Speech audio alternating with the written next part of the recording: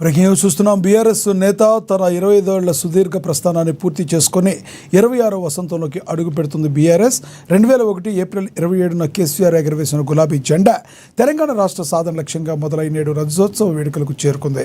హైదరాబాద్లోని తెలంగాణ భవన్లో ఈ చారిత్రాత్మక వేడుకలకు సర్వాంగ సుందరంగా ముస్తాబైంది.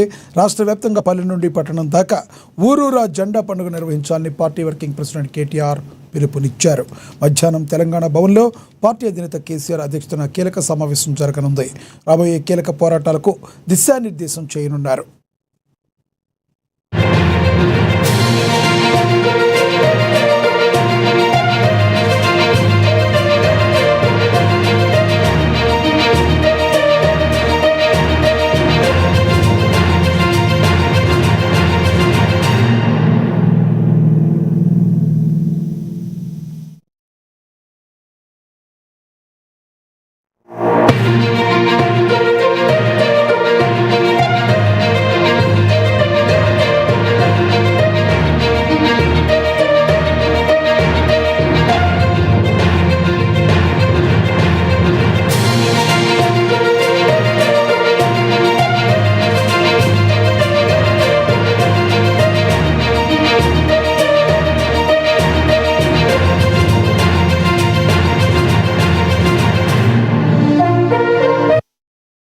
బీఆర్ఎస్ నేడు తన 25 ఏళ్ల సుదీర్ఘ ప్రస్థానాన్ని పూర్తి చేసుకుని 26వ వసంతంలోకి అడుగు పెడుతుంది.